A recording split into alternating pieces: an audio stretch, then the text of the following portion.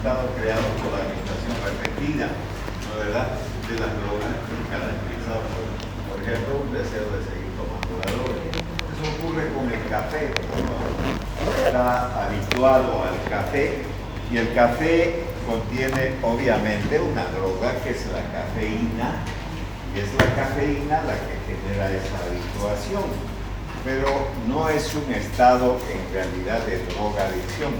Entonces hay una tendencia en caso de seguir consumiendo el fármaco. Si alguien es cafecero o consume, por ejemplo, hierba mate, incluso chocolate, lo que sea, entonces no deja de ser simplemente un hábito, y que esa persona tenga una tendencia escasa o nula a seguir consumiendo el fármaco es bastante claro en ese aspecto. Y existe una dependencia psíquica porque podría yo decir, en vez de estar aquí en la clase o una vez que termine la clase, me gustaría tomarme una taza de café, ya estoy pensando en ese producto. Sin embargo, no genera una adicción en sí, por lo tanto, ese es un buen ejemplo de este problema. Ahí tienen una mujer que está consumiendo una taza de café y no es mucho el problema. Ausencia de dependencia física, es decir, el organismo humano puede, desde el punto de vista psíquico, pensar en el café, pero en realidad el organismo no lo necesita, no lo va a necesitar. Entonces, presencia de efectos nocivos como consecuencia de los efectos adversos a la droga, sí puede haber. El café, por ejemplo, puede generar úlceras gastrodenales. ¿Qué ausencia de efectos nocivos para la sociedad?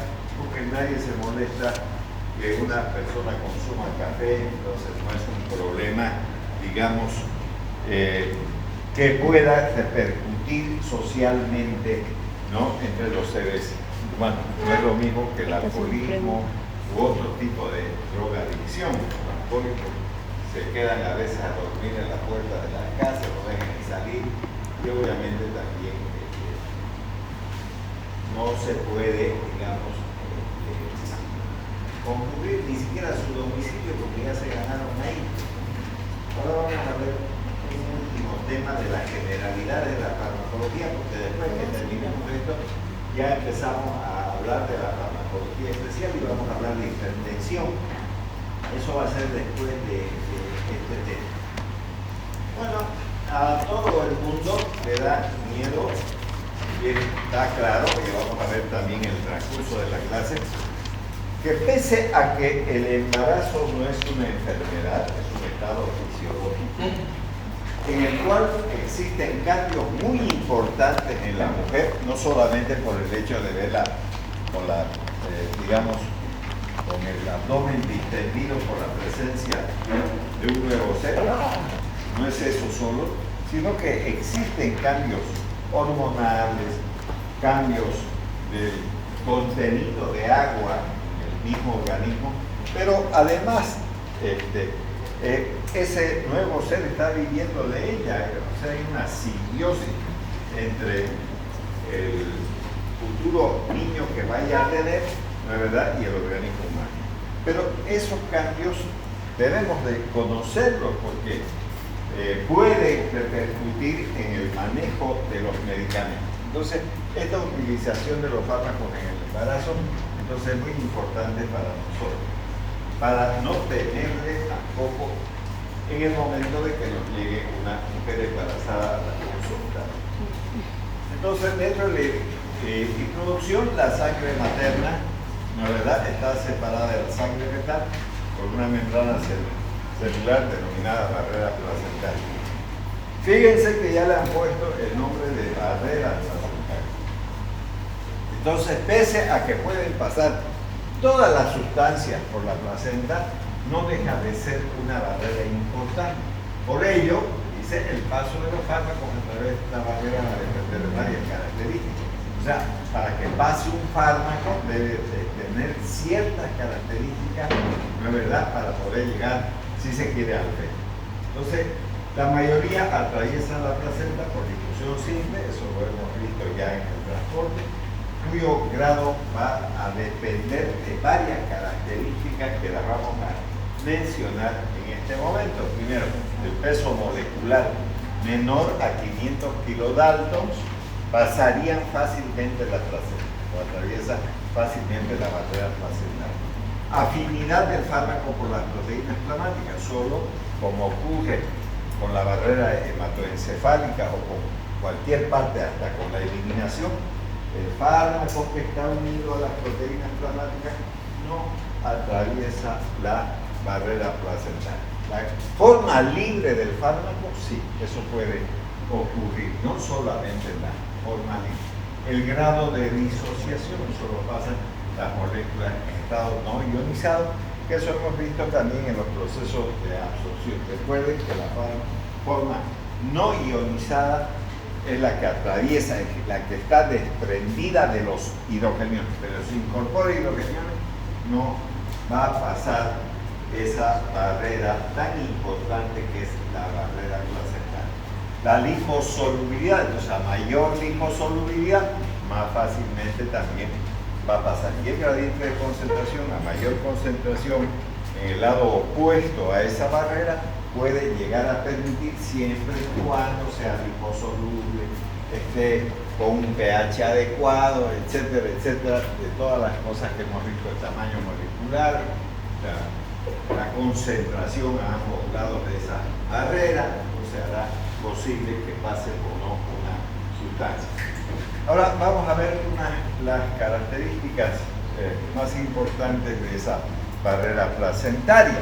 Entonces aquí ustedes pueden ver que hay un útero, ¿verdad? Aquí está la placenta, aquí se puede observar el cordón umbilical y aquí hay un cuadradito de color rojo que se ha sacado y se ha ampliado para observar mejor cómo está estructurado ese importante órgano, vamos a poner ese término, ¿no?, de la placenta. Entonces el espesor depende de la edad gestacional, mayor al principio del embarazo, pero cuando dice mayor al principio del embarazo y se va reduciendo, parecería que la placenta sale así grandota y se vuelve chica. No, es chiquitita, pero está hablando de la relación existente entre el embrión y la barrera placentaria cuando se forma.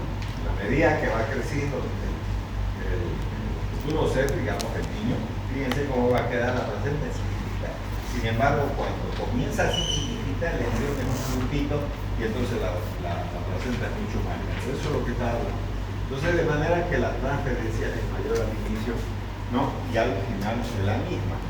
Esto cuando dice que esa transferencia, que es en realidad toda la farmacocinética, la palabra transferencia significa farmacocinética, o sea, absorción, difusión, metabolización y excreción, va a ser mucho más fácil al inicio y por lo tanto los efectos son más nocivos durante los primeros días del embarazo.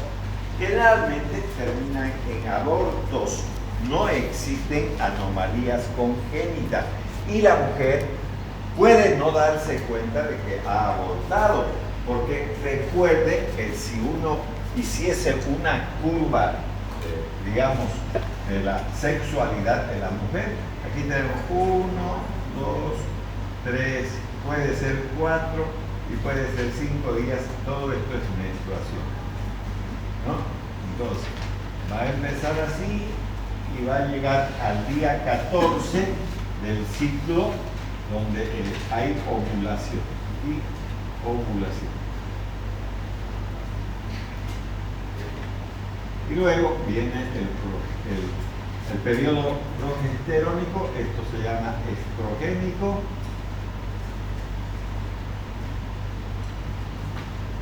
Y luego vamos a tener el periodo progesterón, ¿no? Entonces esto viene así y otra vez comienza el primer día de la menstruación. Entonces, esto es importante siempre tenerlo presente, ¿no es verdad?, para que nosotros veamos lo que vamos a explicar. Y estaba diciendo que si en este periodo existe la penetración de un espermatozoide entre óvulo, entonces se va a formar lo que se denomina huevo. Entonces ese huevo, ¿no es verdad?, es el que va a progresar a través de las trompas hasta que llega a implantarse en el útero. Si esa persona se ha embarazado en este día 14, ¿cuánto falta para que tenga de nuevo su primer día de menstruación? Otra vez 14 días. Y entonces en ese periodo se ha tomado medicamentos porque estaba en un tratamiento, por ejemplo, de artritis reumatoidea o lo que sea, puede morirse y entonces le va a aparecer nomás la menstruación y ya va a creer que es menstruación y ha habido embarazo. Sin embargo, se murió el futuro ser y no se ha dado cuenta, absolutamente no se ha dado cuenta, y hay pocos registros con respecto a esos aspectos también. Entonces, muy importante tener presente. Entonces, va a aumentar la superficie, ¿no? Por la edad gestacional, el flujo sanguíneo se va a incrementar y también importa la integridad de la placenta. Los fármacos administrados durante el embarazo pueden afectar al feto por un efecto directo, es decir, sobre el embrión, efecto teratógeno, si es que produce malformaciones, que no solamente son morfológicas, que quede claro, también pueden haber alteraciones bioquímicas, es decir, de las enzimas que puede tener ese futuro ser. Por ejemplo, la lactosa es un azúcar de la leche y entonces existen enzimas, la lactasa, que pueden ser deficitarias y entonces no tolera la leche ese ser humano, ¿no?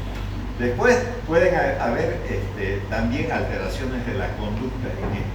Efectos sobre la placenta puede afectar al intercambio de nutrientes, es decir, los medicamentos pueden afectar a la placenta misma y entonces provocar problemas de intercambio de nutrientes y de elementos de desecho del futuro ser que tienen que salir a través de la placenta, ¿no? Con respecto a la madre. Y los efectos sobre la madre indirectamente también afectan al feto. Es decir, los medicamentos pueden afectar a la madre e indirectamente van a afectar también al feto. Bueno, el conocimiento entonces del efecto de los fármacos de comercialización reciente sobre el feto es escaso, ya que por razones éticas las embarazadas no se incluyen en estos estudios clínicos. Entonces, no es tan así. O sea, esto es una cosa bonita para verlo en los libros. Pero fíjense ustedes que países como Bolivia, por ejemplo, es un lugar bonito o interesante para hacer experimentación. Y los habitantes de este país lo aceptan. Por ejemplo, viene una empresa farmacéutica y dice, a ver, quiero regalarle ciprofloxacina al hospital de niños. Si uno lee la ciprofloxacina, dice, no se han hecho estudios en los niños y además en los que se han usado provocan problemas articulares. Sin embargo, en el hospital de niños nuestro, el Mario lo usa. Entonces, le regalan y lo utilizan como no es un problema, digamos, y el problema de los pacientes ya está. Entonces van estudiando de esa manera y entonces los presidentes hablan de que Bolivia tiene que ser digno, no es muy digno hasta el día de hoy por la pobreza que tiene, entonces recibe lo que viene y los médicos se prestan para eso. ¿Qué quieren que le diga?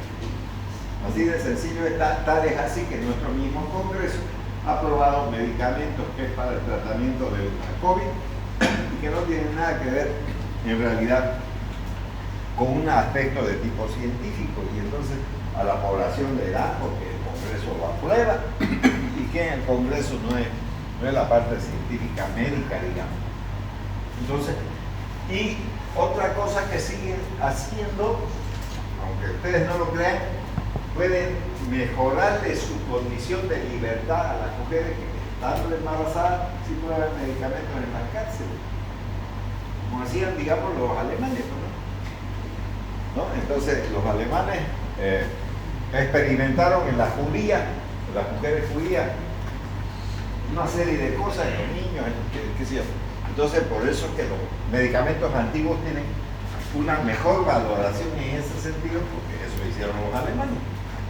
Bueno, Los únicos datos entonces disponibles de estos fármacos proceden de estudios toxicológicos llevados a cabo en animales, cuyos resultados no son extrapolables a la especie humana. Entonces, a ver, en una misma especie puede variar la conducta del medicamento por una susceptibilidad genética. Y obviamente las mujeres no son ratas, no son conejos, no son monos, no son caballos, no son ovejas, no son nada, son seres humanos. Listo, ya está. El ser humano no tiene nada que ver con los animales. O sea, podrán tener muchas cosas parecidas, pero no son iguales.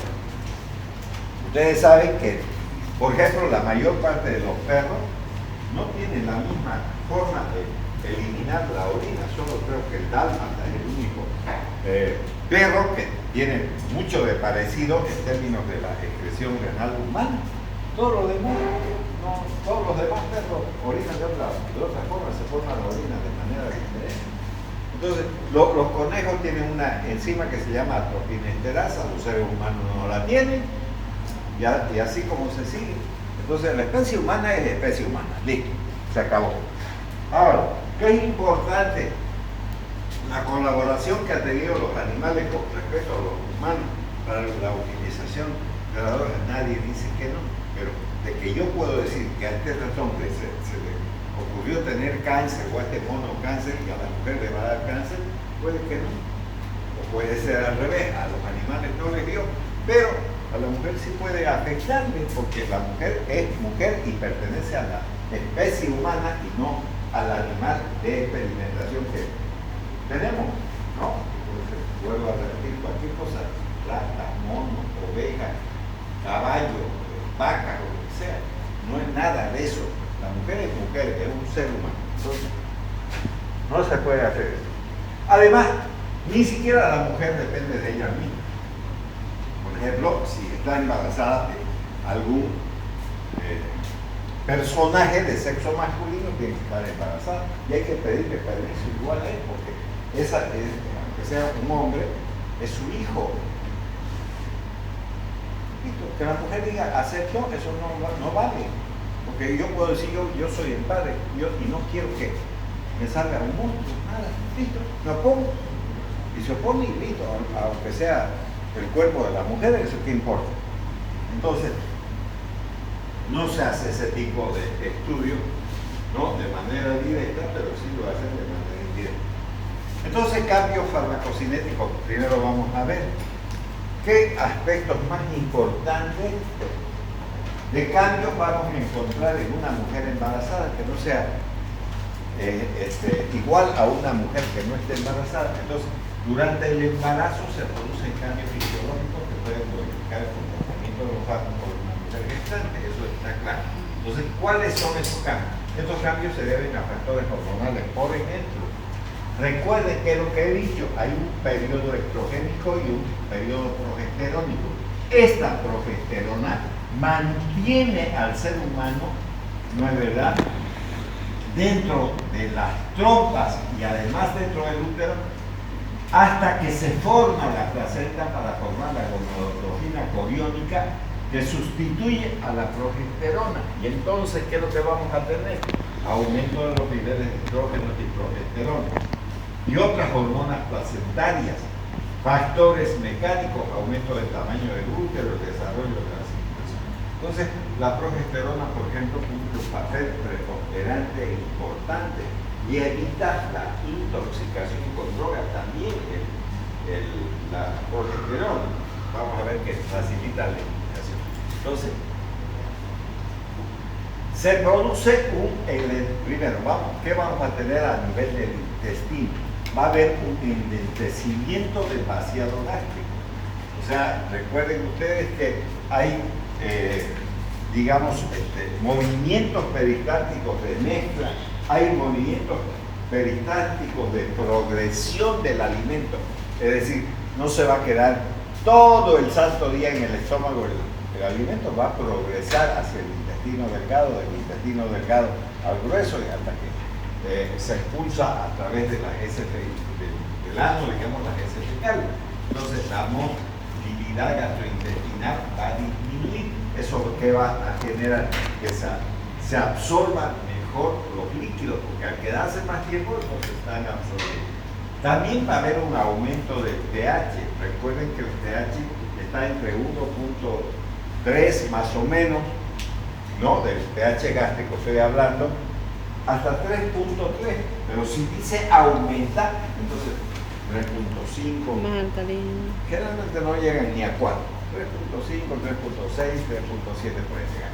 Entonces, eso va a ocurrir. Entonces, los fármacos ácidos más ionizados se absorben peor. O sea, no se van a absorber tan rápidamente.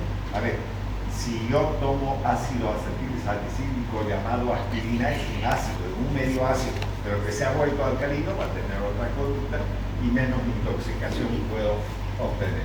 La absorción pulmonar también va a aumentar, porque al aumentar el volumen, porque hay un adecuado desarrollo del futuro ser, va a empujar el diafragma y va a aumentar la ventilación de esa mujer, va a respirar de manera diferente a lo que hacía antes de quedar embarazada. Entonces está sufriendo cambios importantes. Por lo tanto, si esa mujer fuese asmática y está recibiendo aerosoles, va a eliminarlos más rápidamente, como también los va a introducir, los va a eliminar más rápidamente por la hiperventilación que produce su misma situación. Tampoco caminan igual, porque obviamente el peso que tienen a nivel del vientre, digamos, es tan grande que obliga a que ellas caminen así. No hay embarazada que camine así, se va a caer de cara, obligatoriamente tiene que compensar, digamos, curvándose hacia la parte posterior. Eso va a ocurrir. Y eso se llama orgullo de la embarazada, ¿no? Me parece orgullosa de caminar, ¿no? Pero es para compensar, para que haya un adecuado equilibrio. Hay altos cambios que van a producirse, no es que no haya, digamos, cambios. Entonces eso es lo que estamos viendo ahora. Después, en lo que se refiere a la distribución, todas las mujeres saben que va a aumentar su peso y es lo que menos quieren. O sea, les gusta el hecho de tener un hijo a todas las mujeres, porque árbol que no da fruto, ¿para qué diablo sirve, digamos? No, ¿verdad? Entonces siempre están pensando en tener un bebé. Pero ¿qué es lo que no les gusta de eso? Engordarse, ¿no, verdad? Y engorda, sí engorda. Entonces, ¿de qué depende ese aumento de volumen? Primero del agua, ¿no? O sea, va a haber un incremento de agua, unos 8 litros más o menos. Pero ¿cómo se distribuye eso? ¿Todo está en el cuerpo de la mujer? No. Entonces eso, de los cuales el 60% de este 100% que serían los 8, 60 corresponde al feto. El líquido amniótico también, ¿no, verdad? Y la placenta disminuye la concentración plasmática máxima del fármaco, lógico, porque si yo introduzco, a ver, una cucharilla de azúcar en una tacita así de té, voy a sentir el sabor dulce, porque es una tacita así, póngale, no sé, 20, 30 ml de agua, ¿listo? Lo voy a sentir. Pero a ver, esa misma cucharilla de azúcar, pongámosle en un turril de agua, ¿no? O con agua, entonces probamos, ¿no? Parece que no tuviera azúcar. Bueno, si está aumentando el volumen de agua, usted mete un medicamento y se va a disolver en el montón de agua. Por eso es lo que dice, disminuye la concentración plasmática máxima del fármaco después de una dosis inicial y un aumento de la semivida de eliminación. No se va a eliminar tan rápido, porque como está tan diluido, tiene que orinar varias veces la mujer para poder eliminar también el fármaco. Entonces, ya hay cambios importantes durante ese proceso de degradación, ¿no? La grasa corporal, ahí está. Otro problema que suele tener la mujer, me veo muy gorda el embarazo, por eso van a hacerse sus controles para no tener un sobrepeso, ni tampoco desnutrir al bebé que están gestando, digamos, ¿no? Entonces, esa grasa corporal aumenta de 3 a 4 kilogramos. De esta forma aumentará también el volumen de distribución de los fármacos liposolubles y de los ácidos grasos libres. Pueden competir con el fármaco por los lugares, ¿no, verdad?, de unión a las proteínas y alterar la concentración del fármaco libre. Entonces, hay una disminución aparente de estas proteínas plasmáticas también, porque como hay mayor cantidad de agua, ¿yo qué digo?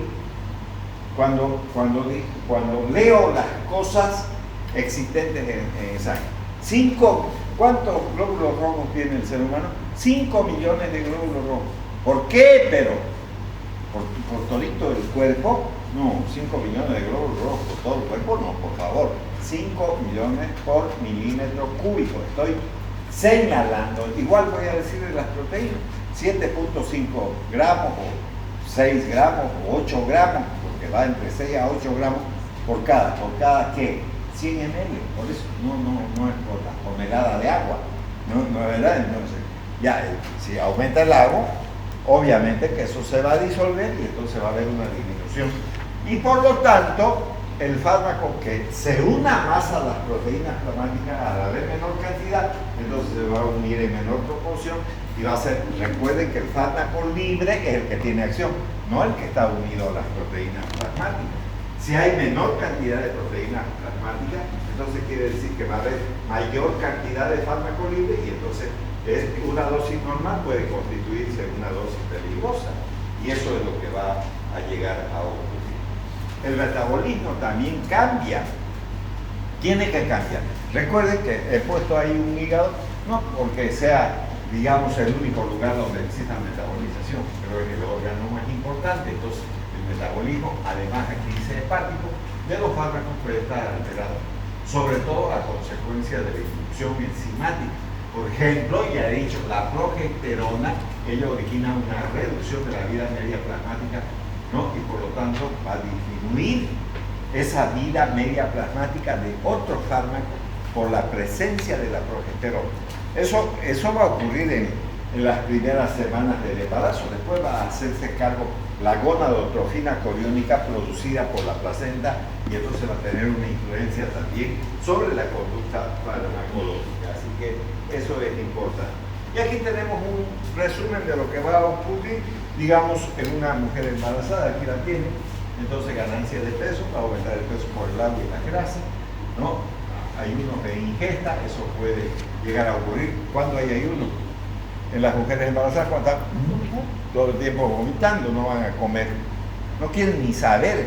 A veces no pueden ni verlo al marido, por último, porque como usa perfumes medio que le agradaban cuando estaba soltera, pero cuando ya está casada y con la panza así, ni lo aguanta. En serio, le estoy diciendo, les produce náusea y vómito, ¿no? Entonces, ya está, eso puede llegar a ocurrir.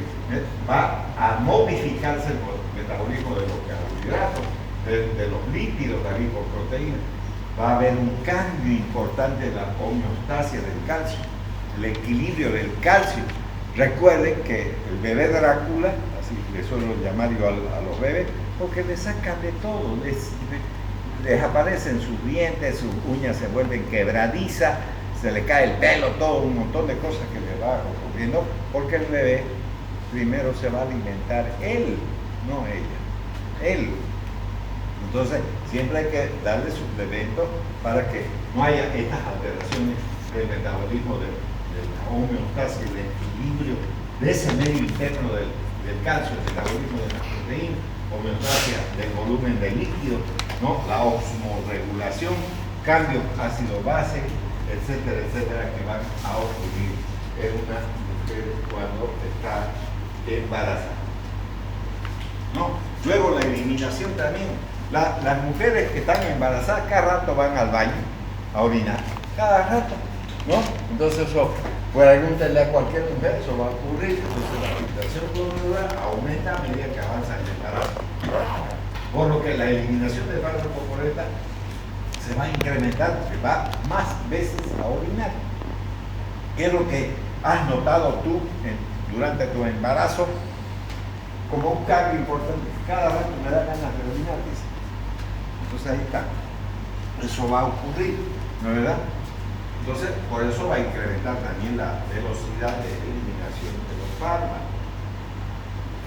Ya, y aquí tenemos, ¿no?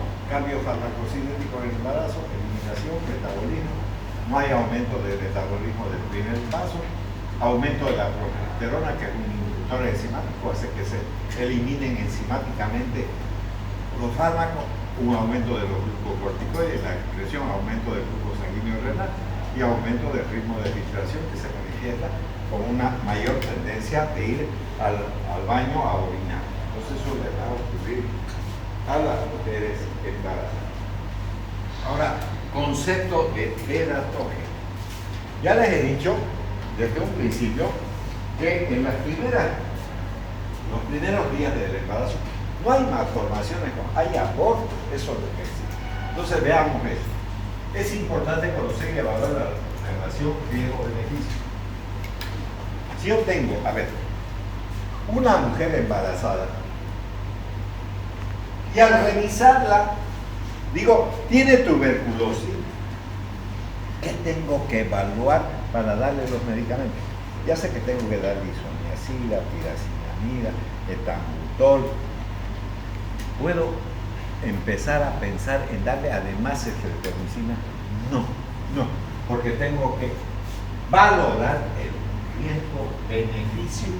¿Qué es lo que va a ocurrir con la estreptomicina? Podría sustituir por otro medicamento, pero no estreptomicina, porque va a provocar sordera, eso va a provocar. Y entonces, si el niño nace sordo, ¿no? Es mudo. Definitivamente va a ser mudo. No porque haya afectado la capacidad de poder hablar. Lo que pasa es que si uno no escucha, ¿qué va a hablar? Si nosotros no, ¿qué es lo que hablamos constantemente? El español, ¿no? El español. ¿Acaso escuchamos inglés? Si no, hablaríamos en inglés, si todo fuera inglés. ¿Sí o no?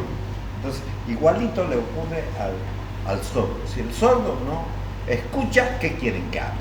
Va a volverse sordo mudo. Entonces, eso tengo que evaluar. Y digo, bueno, de estos fármacos que tengo aquí, no voy a usar este porque esto va a provocar este problema. ¿Qué está haciendo? Está evaluando la relación que es decir, el efecto terapéutico esperado en la madre y las eventuales reacciones adversas que puedan producirse tanto en la madre como en el feto. Entonces, la Organización Mundial de la Salud define que el uso racional de los fármacos administrados a una mujer embarazada debe entenderse como que las pacientes reciban de los fármacos indicados para su situación clínica de manera adecuada. ¿Qué es lo que tiene usted? Hipertensión. ¿Qué es lo que tiene usted? Diabetes. ¿Qué es lo que tiene usted? Tuberculosis. Entonces busque los mejores medicamentos y siempre hay que dar dosis bajas terapéuticas. Y cuando yo estoy hablando de dosis bajas terapéuticas, a ver, si yo diría, tengo que darle furosemida 20 miligramos, ¿con cuánto es la dosis mínima? 15. Ya, ¿le puedo dar 1? No, porque 1 miligramo no va a ser orina, no tiene una acción terapéutica. ¿Cuándo tiene acción terapéutica? Cuando llega a los 15 miligramos. Y esa es la dosis más baja. Ahora, quiero aclarar otra cosa. El paracetamol, en los últimos estudios que se han hecho, produce autismo. Una mujer que tiene fiebre puede tomarse un paracetamol y va a nacer su hijo con autismo. No, porque es una tableta nada más. Pero si va a tomar cada 6 horas durante 6, 7, 8 días, 10, 15 días, esa es otra cosa.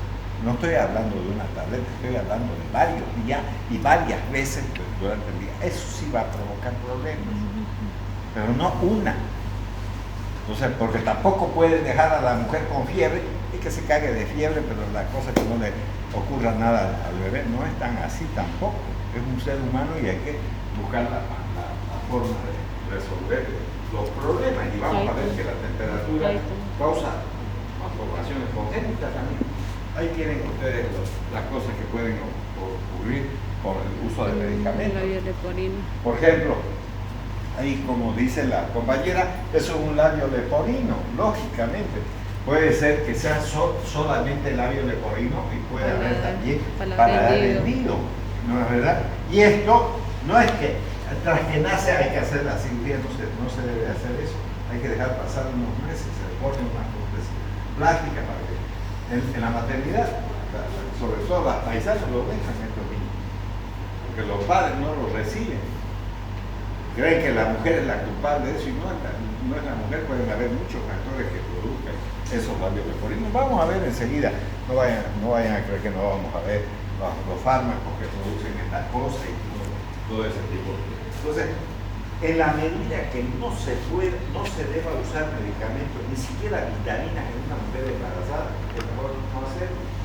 Por eso no estoy diciendo que si le hace falta hierro no le den hierro. Estoy diciendo si en la alimentación que tiene esa persona, todo eso está dentro de los parámetros normales y no requiere medicamentos, no le den hierro. ¿Para qué? Si solamente con la alimentación, su forma de vida ya resuelve su problema. Pero si hay una necesidad, si tiene fiebre, no la van a dejar así también. Entonces hay que bajarle la temperatura y resolver el problema y identificar. Entonces, siempre es mejor dar el medicamento que esté mejor estudiado y que se comporte con un menor riesgo para el desarrollo embriofetal.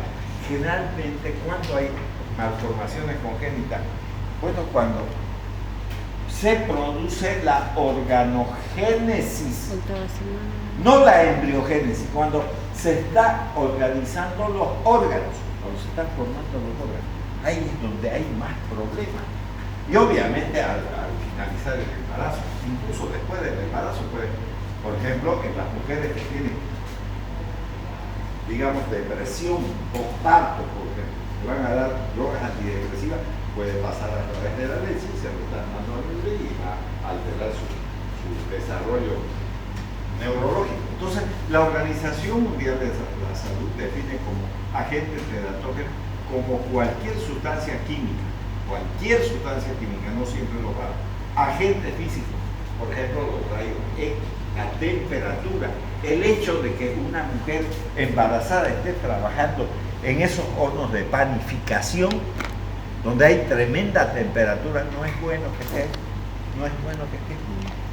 no, porque va a tener problemas con su agentes infecciosos, toxoplasmosis, Zika, rubiola, etcétera, o estado carencial, que actuando en el periodo embrionario fetal es capaz de desencadenar, digamos, efectos adversos anatómicos. Por ejemplo, el caso del labio leporino que hemos visto. Pero también pueden haber bioquímicos, es decir, problemas enzimáticos, puede haber, ¿no? O de la conducta. Entonces dice, ¿por qué este niño no tendrá una adecuada conducta o no tiene un buen rendimiento en el colegio? Tiene muchos problemas de conducta. El autismo, por ejemplo, es un problema de conducta. ¿Listo? Entonces eso puede generarse a través de los medicamentos, sí. Y les puedo asegurar que en esta población antes no se conocía ni se sabía que existía el autismo. Ahora ya pasa gente que llega a tener ese tipo de niños. Entonces, habrá aumentado porque sí, miren ahí está. Por ejemplo, agentes químicos y malformaciones. La talidomida, medicamento que se usaba ¿para qué? Para las náuseas y vómitos en las mujeres embarazadas. ¿Dónde lo probaron? En las mujeres de manera directa, no en los animales. ¿Dónde? ¿En qué parte? En Leipzig, Alemania, en una ciudad de Alemania. Entonces les dieron y entonces tuvieron defectos en los miembros, malformaciones cardíacas. La aminofterina, ¿no? Anencefalia, hidrocefalia, labio leporino, fisura del paladar. La difenhidroína, que se conoce con el nombre de fenhidroína, fármaco utilizado para el tratamiento de la epilepsia, ¿no? Síndrome de hidratoína, fetal, defectos faciales, retardo mental. Ácido valproico para el tratamiento de la epilepsia, las crisis de ausencia, una droga de primera línea de efectos del tubo neural, de todo el tubo neural, genera anencefalia, todo eso, ¿no? Entonces, anomalías cardíacas, fibogenitales y genéticas. La climetaniona, fisura del paladar, defectos cardíacos, anomalías fibogenitales y genéticas. El litio, que se utiliza sobre todo el carbonato de litio para el tratamiento de enfermedades psiquiátricas, malformaciones cardíacas. Las anfetaminas derivados de la adrenalina también provocan esos problemas, ¿no? labio-leporino, fisura del paladar, efectos cardíacos. Todos esos problemas pueden haber con eso. Son todos los medicamentos esos que producen eso. Fuera sencillo para el médico estudiar eso, ¿no? Todos los medicamentos están sujetos a generar problemas de eso. Entonces vamos a seguir viendo más ejemplos todavía, no solamente eso, ¿no? Más ejemplos. Agentes físicos, ya hemos hablado de eso. Miren la hipertermia. No pueden dejar a una mujer con fiebre. No. Se le da una tableta, se baja la temperatura, o se mete a una bañera con agua natural y que baje la temperatura. Por la hipertermia, ¿qué va a producir? Miren, anencefalia, defectos del tubo neural, abortos escrotales, defectos cardíacos, defectos de la pared intestinal, los rayos X, microcefalia, espina bífida. Por ejemplo, la gente, las parejas de ahora, yo no sé cuál es el problema que tienen con el sexo. Los hombres lo primero que quieren tener un hijo varón, ¿para qué será? Si se han casado, digamos, si le sale mujer o hombre, está bien. Mientras no le salga marica y lesbiana, todo bien, gracias. No, ¿verdad? No. Listo. Está normal, listo, ya está. Además, el ser humano, ¿no? Aquí tenemos eso. Aquí mujer, allá hay un hombre, otra mujer, otro hombre. ¿Cuál es el problema? Tiene que haber de todo un poco, porque si no, estamos listos. No es verdad. Entonces, igual, si uno llega a tener un hijo hombre o una mujer, ¿cuál es el problema? No, ecografías, que radiografías, que veremos de qué sexo es. Paran buscando sonceras, digamos. ¿Cuál es la razón que le nazca? Si uno sepa eso, nazca bien. Lo importante es que nazca bien. Ahora, otra cosa que buscan, que nazca bonito, búsquense una pareja hermosa. Mira, todos quieren tener ojos celestes, verdes y todo. La mierda, no hay donde más pillar puros ojos negros ahí aquí. Listo. Búsquense un menona o alguna cosa de esas, pues no, ¿verdad? Le dio todo a queso y ya está. Pero claro, todo el mundo, a ver, ¿qué se enoja? ¿Quién quisiera tener ojos celestes? Anda, buscate por un perro dálmata o lo que sea, un perro, no, un lobo siberiano, listo. Ya tener unos ojos celestes, ¿cuál es el problema? Entonces, algunos agentes biológicos, agentes infecciosos, malformaciones como la toxoplasmosis, por ejemplo, puede provocar hidrocefalia, ¿no?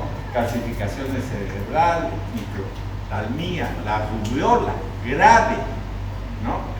Son unos granitos nada más, como la alfombrilla, parecido a eso, y provoca catarata, glaucoma, defectos cardíacos, sordera, el citomegalovirus, microcefalia, ceguera, retardo mental, el herpes virus, ¿no es verdad? Microtalmía, bueno, todo lo que ustedes puedan ver para no estar leyendo parte por parte. Entonces, estos son los agentes biológicos que pueden llegar a provocar, incluyendo otras patologías, son ejemplos. El Zika también produce defectos del tubo neural, ¿no? Picaduras de mosquitos, ya está. ¿No es verdad? Entonces, ahí tenemos. ¿No? La teratogénesis puede manifestarse como muerte fetal intrauterina, ¿no? Retardo del crecimiento fetal, carcinogénesis, malformaciones estructurales orgánicas o defectos funcionales, ¿no? Entonces, eso también es importante. Ahora, condiciones para producir la producción de malformaciones congénitas. Etapas del desarrollo, miren ustedes, etapa de preimplantación, antes que el huevo se implante en el útero, es decir, está viajando por la trompa la primera semana, 7 días tarda, desde la fecundación hasta la implantación en el útero. ¿Qué puede haber? Periodo de máxima embriotoxicidad. ¿Pero qué hacen los fármacos? Los fármacos pueden producir la muerte del embrión, pero no dan lugar a malformaciones congénitas. Por lo tanto, ¿qué cree la mujer? Que es su menstruación nada más, porque está dentro le faltan 14 días para que le venga la menstruación. Y si eso estaba hablando en la primera semana antes de la implantación, entonces, ¿qué va a pensar? Que se le adelantó el proceso menstrual y eso lo va a creer y es un aborto producido por los medicamentos. Ya está. ¿No ves? Malformaciones congénitas, no se dispone de esos datos, no hay eso, no existe eso. Entonces, etapa de embriogénesis u organogénesis, aquí está lo grave desde la implantación, desde el séptimo, octavo día, ¿no? Hasta la octava semana. La vulnerabilidad del embrión es mucho más elevada, ¿no? Ahí se pueden producir las malformaciones congénitas específicas importantes. Polidactilia, sindactilia, labio leporino, ano imperforado, todo lo que quieran ustedes, dependiendo del momento en que sea afectado ese ser humano, cuando se está formando, qué parte del ser humano, ¿no? Entonces, y la etapa afectada, ¿no? Comienza a partir de la octava semana, durante esta fase de desarrollo, malformaciones morfológicas importantes, por ejemplo, diferenciación de los genitales externos y la histiogénesis. Estos no son homosexuales, entonces, son hermafroditismos que pueden aparecer por el uso de los medicamentos. Hay mujeres que siguen o continúan tomando anticonceptivos y no saben que están embarazadas, ¿no? Y pueden cambiarle el sexo a su hijo. Entonces hay que tener mucho cuidado con esas cosas, ¿no es verdad? Entonces, es un proceso que dura todo el periodo del desarrollo intrauterino hasta el 9º mes, pero después de eso puede seguir el problema, puede seguir habiendo afectación. Ya les dije, una mujer que tenga depresión postparto, si le dan antidepresivos tricíclicos, entonces eso va a pasar a través de la leche materna, le está pasando al bebé y entonces altera el desarrollo neurológico, porque nadie me va a decir que los bebés cuando nacen caminan, hablan, se sientan, dicen mamá, papá, tras que nacen. No, si a alguien le sucede eso, mira, va a pensar que es hijo del diablo y va a salir disparando. ¿No es verdad? No ocurre eso, ¿no es verdad? Entonces hay un desarrollo, un crecimiento y un desarrollo neurológico que, fíjense que normalmente, ¿no? A los 12 meses camina un ser humano, ¿no? Se para, camina, no lo hace desde que nace, no se sienta desde que nace solito, no lo hace, va desarrollando poco a poco.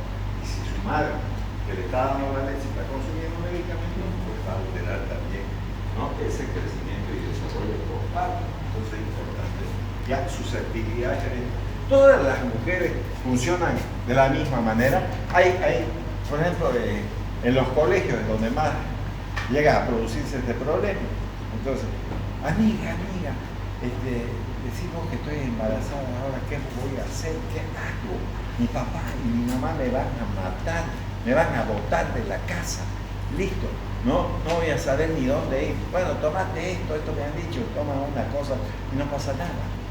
No se muere nunca la criatura. ¿No es verdad? Entonces, esas personas no tienen una susceptibilidad genética como hay otras que hasta con el olor del medicamento pueden abortar, pero hay otras que no. Entonces, eso depende la respuesta del embrión a agentes exógenos depende de su constitución genética. Esta diferencia hace muy difícil que se extrapolen los datos que se encuentran en los animales hacia el ser humano, que obligan a realizar estudios de teratogenicidad, al menos 2 especies animales, para que uno podría más o menos decir, podría ocurrir esta mujer. Y aún en los mismos animales las conductas de los medicamentos no son iguales, porque existe una susceptibilidad genética, no somos iguales. Entonces, eso es lo que va a ocurrir. ¿Ya? Y ahí tienen algunas, ¿no? Aquí tenemos un sarcófago, aquí tenemos una hidrocefalia, los labios leporino, ¿no? Las polidactilias, las sindactilias. Ya tienen las diferentes malformaciones que podemos encontrar y vamos a seguir viendo en el transcurso de la clase este tipo de cosas. Ahora, estado fisiopatológico de la madre, también es importante eso. ¿Qué significa estado fisiopatológico de la madre? ¿Hay mujeres diabéticas? Sí. ¿Hay mujeres hipertensas? Sí. ¿Hay mujeres con reumatismo? Sí. Bueno, todas ellas van a recibir medicamentos Y entonces pueden embarazarse. El médico lo único que puede hacer es sugerir, ¿sabe, señora? Usted es diabética y le sugiero que no se embarace. Pero si le dan la maldita gana, sí se embaraza, porque al final de cuentas es un derecho humano, es un derecho que tiene. Ya después la arreglarán los médicos. Como siempre suelo decir, pues parece ser un mensaje, digamos, hasta tonto. Yo, por ejemplo, si tuviera una novia epiléptica, la dejo. Así me muera de dolor de amor, digamos, no importa, ya está. ¿Por qué? Porque sé que esa tiene que seguir recibiendo medicamentos durante el embarazo y ¿qué voy a tener? Monstruo voy a tener. Entonces prefiero no tener, prefiero ser el único monstruo yo y ya está. Es verdad que esas informaciones. Chao, chao, nos vemos. ¿No? Pero acaso no me quería así, pero hasta que descubrí que era epiléptico. Ay, qué triste. ¿No? Qué triste la vida de la novia esa, ¿no? Ya, bueno, ya, tampoco perdería mucho. ¿No? Ejemplos de agentes teratógenos, enfermedades maternas, por ejemplo, estas son el estado fisiopatológico, ¿no? La diabetes mellitus, por ejemplo, insulino dependiente, pueden provocar cardiopatía congénita en esas mujeres que se embarazaron teniendo esto. En la fenilcetonuria, enfermedad del metabolismo de la fenilalanina, entonces malformaciones y retardo mental. En la hipertensión, ¿cuántas mujeres pueden tener hipertensión? Puede aumentar el riesgo de que produzcan complicaciones durante el embarazo, como problemas de la placenta, retraso en el desarrollo del feto, etcétera, etcétera. Puede dar lugar a esas cosas. Y esos son los estados fisiopatológicos que no podemos evitarlos. Hay en la población. Hay mujeres añosas que se embarazan, ¿qué vamos a hacer? Y todas gordas y se mide la presión, está que vuela la presión. Y la presión, con una tableta que le den al inicio del embarazo, que se olvide ahí, no hay que tomar todos los días y a veces 2 o 3 veces al día, o 2 o 3 medicamentos. Entonces puede dar muchos problemas esa mujer, digamos, embarazada con estado fisiopatológico. Ahora, la clasificación según la Administración de Drogas y Alimentos, FDA, de los Estados Unidos. Entonces, la FDA ha clasificado en 5 categorías los fármacos. Primero están los de categoría A, para aquellos que se han estudiado y no causan efectos de ninguna índole, digamos, en las mujeres embarazadas. Entonces, aquí dice la FDA, Administración de Drogas y Alimentos. Eso significa clasificarlo en 5 categorías, según el potencial teratógeno. Entonces está la categoría A, B, C, D y X. A, B, C, D y X. 5 categorías. La X siempre va a producir malformaciones congénitas. ¿Por qué? Porque son los medicamentos que se usan para el tratamiento del cáncer. Y esos medicamentos son teratogénicos todos. ¿Sí? Ya está. Entonces vamos a empezar a ver desde la categoría A. Entonces, ¿qué dice? Fármacos para los que existen estudios adecuados y bien controlados, que no han mostrado riesgo para el feto en el primer trimestre del embarazo y no existe evidencia de riesgo en los trimestres posteriores. Obviamente que esto es una encefalia, una malformación no compatible con la vida y ahí tenemos esa figura. Entonces aquí tenemos todos los de la categoría A, ¿no? O sea, la mayor parte de los medicamentos. El ácido ascórbico, el calciferol y así sucesivamente. Hierro, levotirotoxina, piridoxina, potasio, tirosina, tocoferol y hasta todo ahí en dosis diarias recomendadas, ¿no? Entonces eso. Y fíjense que este calcio, salvo el acetato, ¿no? Entonces es la categoría C, aunque sea calcio.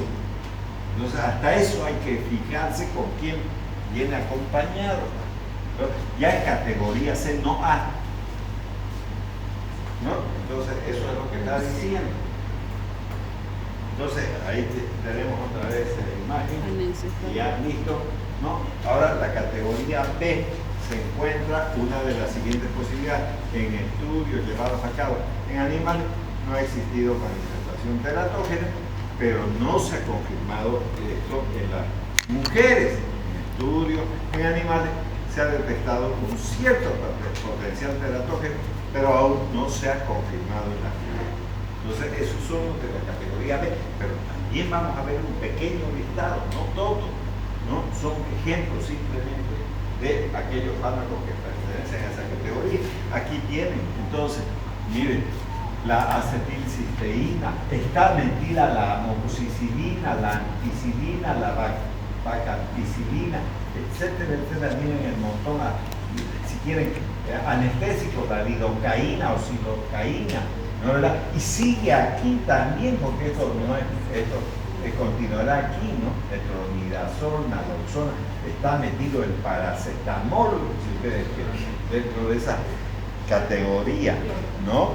Entonces, no están todos los medicamentos, pero tenemos algunos ejemplos, porque es bueno tenerlos, ¿no es verdad? Para tomar una decisión cuando nosotros estemos enfrente de una mujer embarazada. Y vuelvo a repetir, una tabletita de cualquier de estas cosas va a provocar problemas. No. Cuando se usa a repetición, eso. Entonces no vayan a pensar que la cosa es automática también, no lo es. Entonces, ahí tenemos, ¿no? Una cocomelia, hidrocefalia, implantación baja la oreja, ¿no? Tenemos los problemas en este niño, ¿no?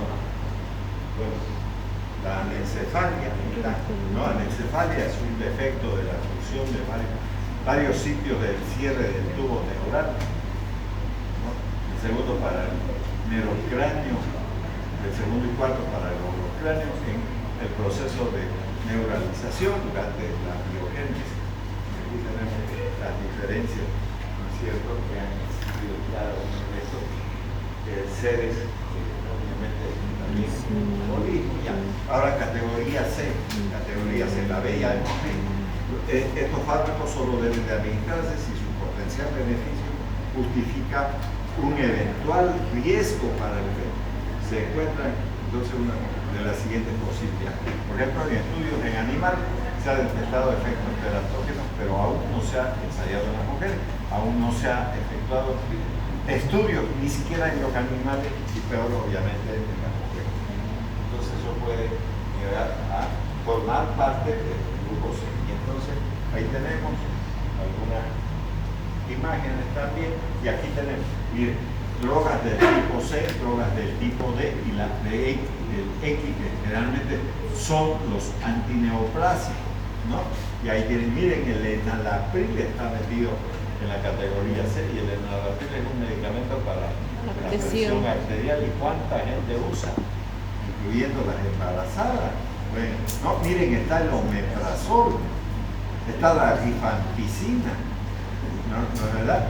Y en categoría, todos los medicamentos que están relacionados generalmente con el tratamiento para la epilepsia, el ácido valproico, la ferritoína, ¿no es verdad? Para la gota, la colchicina, ¿no? El atenolol para mejorar el funcionamiento cardíaco, pero también es un antihipertensivo, igual un antiarrítmico, la miodarona, y así sucesivamente, ¿no? Muchos medicamentos que pueden tener en los diferentes tipos de categorías. Y obviamente, vuelvo a repetirles, estos son ejemplos, ¿no?, que ustedes puedan conseguir durante su estudio de especialidad, cuando usen otros medicamentos, ¿no?, fuera de estos que llegan a producir ese tipo de problemas, lo van a encontrar.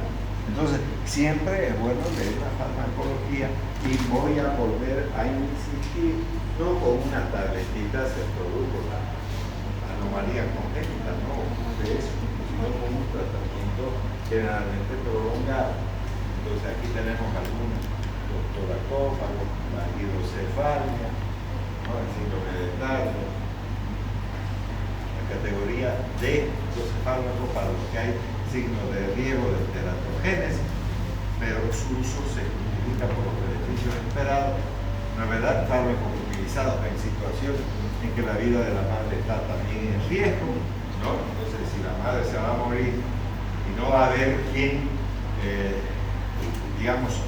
atienda a los niños que ya tienen, entonces es preferible salvar la vida de la madre y no de los hijos, ¿no?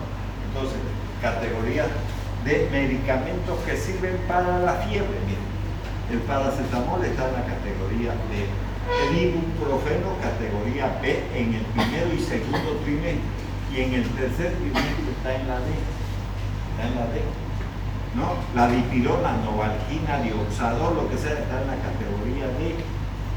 Ácido acetil salicílico, aspirina, categoría D, C a dosis bajas.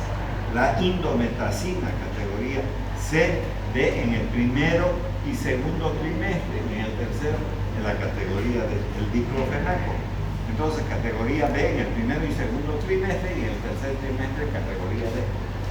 Ahí tenemos, esa situación de medicamentos que sirven para bajar la fiebre, para calmar el dolor, y que también se utilizan muchos de ellos, ¿no es cierto?, como el ácido acetil salicílico, la indometacina, el diclofenaco, para las artritis reumatoideas.